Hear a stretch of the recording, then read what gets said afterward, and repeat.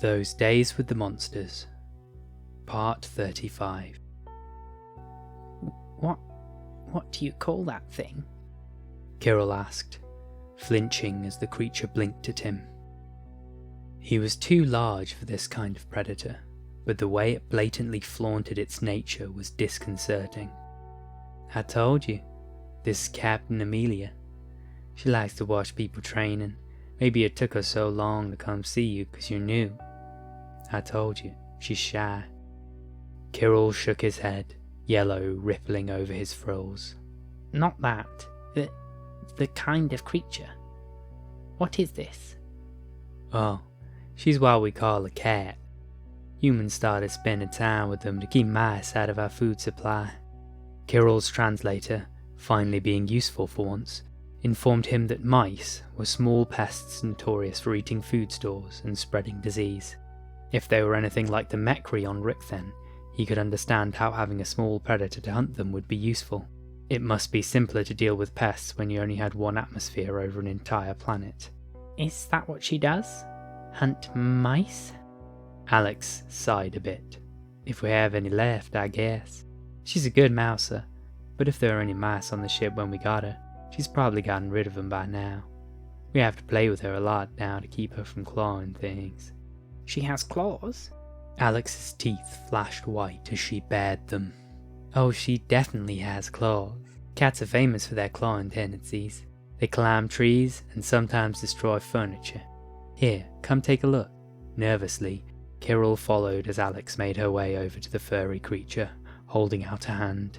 Captain Amelia looked at her hand in disdain for a moment, then grudgingly stuck her nose into it and began to make snuffing noises.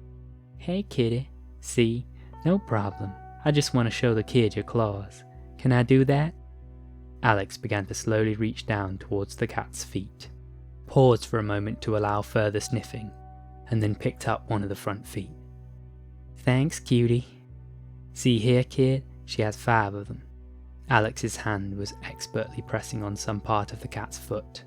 Kirrel could see thin, almost clear claws appearing and then disappearing back into the foot. She can pull them back into her paw unless she wants them. Paw? Kirrel found himself repeating a few times. It was an interesting word, saying it was oddly entertaining. Paw.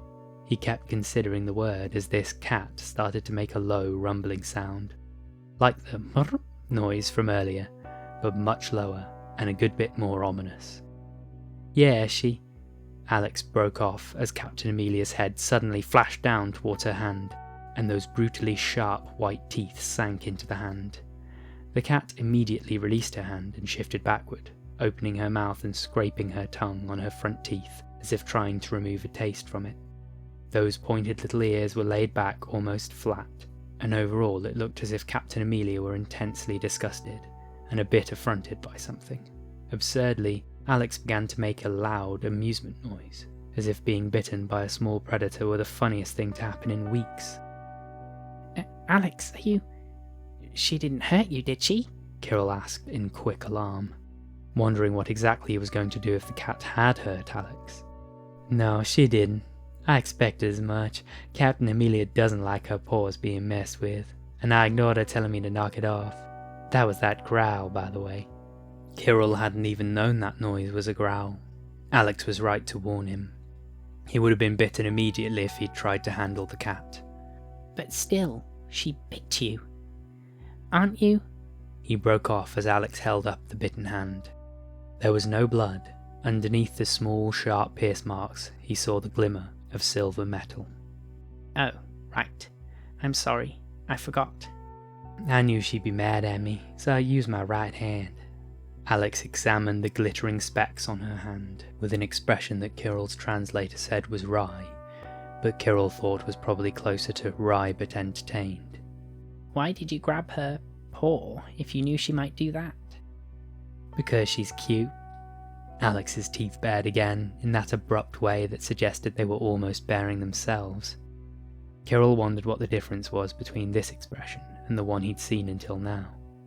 Did it have a different meaning? Also because I wanted to show you her claws.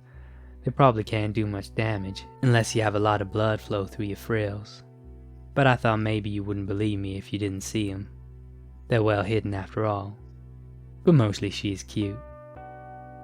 Kirrel remembered the lightning speed of the little creature's bite, and the way her claws seemed to vanish and reappear at will. Cute. That thing. Her sharp predator eyes seemed to narrow at Kirrel, as if he was next, and she walked towards him with her tail in the air. Was that some kind of warning? Had he trespassed into her territory? Suddenly, a different and deep fear struck him. The humans had been treated for the microbe problem, but had this creature? If she bit him, would microbes transfer from her that he couldn't defend against? Unbidden, the image of the medical bay floated into his mind, along with the amount of time he'd spent there after just one Earth infection. If this was an Earth predator, Alex might think she was cute, but to Kirrel she might pose a real threat. He found himself freezing, his frills slowly going red as the little creature stopped and began to sniff at one of his claws.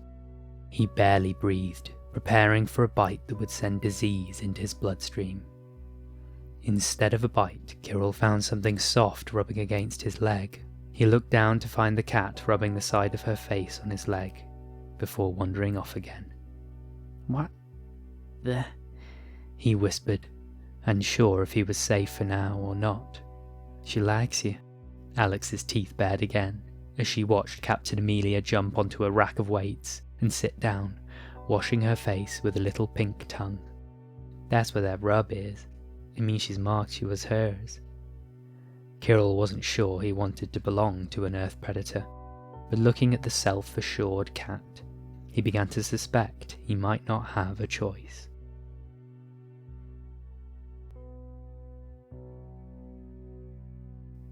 Thank you for listening to this episode of Those Days with the Monsters.